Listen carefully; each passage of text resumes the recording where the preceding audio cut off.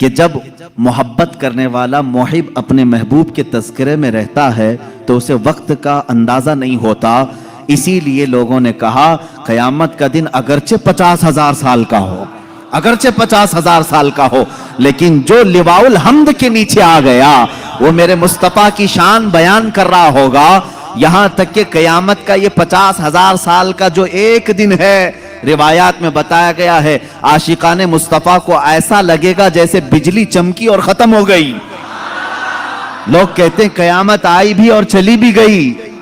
وہ لمبا دن ان کے لیے بھاری ہوگا جو گستاخی رسول میں اپنے پیٹ مروڑتے رہتے ہیں، ان کے لیے بھاری ہوگا جن کے سینے رسول اللہ کی محبت سے منور نہیں ہیں. عزیزان گرامی وقار، یہی بات تو قبر میں بھی ہے. یہی بات بعض لوگوں کو دفن کیا جاتا ہے. تذکرہ سنیں اور جی لگا کر کے سنیں. میرے آقا کی محفل میں بیٹھیں تو سستی اور کاہلی نہیں بلکہ اس کے آداب ہیں. آپ وضو سے بیٹھیں، ہمتن گوش ہو کر بیٹھیں.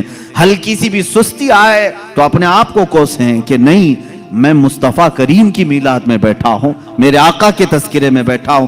بعض لوگوں کو دفن کیا جاتا ہے. قبر کی زندگی معلوم ہے کتنی سخت ہوتی ہے. کہا گیا وہاں کا 1 منٹ 1 سال کے برابر ہو سکتا ہے.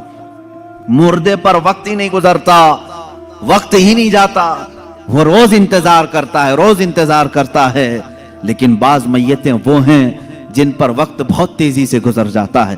یہاں تک کہ قیامت کا سور پھونکا جاتا ہے، قبریں کھولی جاتی ہیں، لوگوں کو اٹھایا جاتا ہے تو بعض مردے یہ کہہ کر کے اٹھتے ہیں بار الہ اتنی جلدی قیامت آ گئی، کل ہی تو میرے گھر والوں نے دفن کیا تھا، آج میں میدان محشر میں جمع ہو گیا.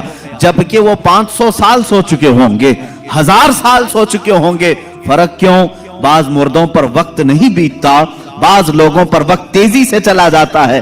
وجہ یہ ہے کہ جس کی قبر میں جلوہ مصطفیٰ نظر آ جائے، میرے آقا صلی اللہ تعالی علیہ وسلم اس کی قبر میں آ جائیں اور وہ جلوہ جہاں آرا کو دیکھنے میں مصروف ہو تو قیامت کا سور پھونک دیا جائے گا. وہ انہی جلووں میں مست ہو چکا ہوگا اور اسے وقت کا احساس نہیں ہوگا. اے اللہ ہمیں اس جماعت میں شامل فرما.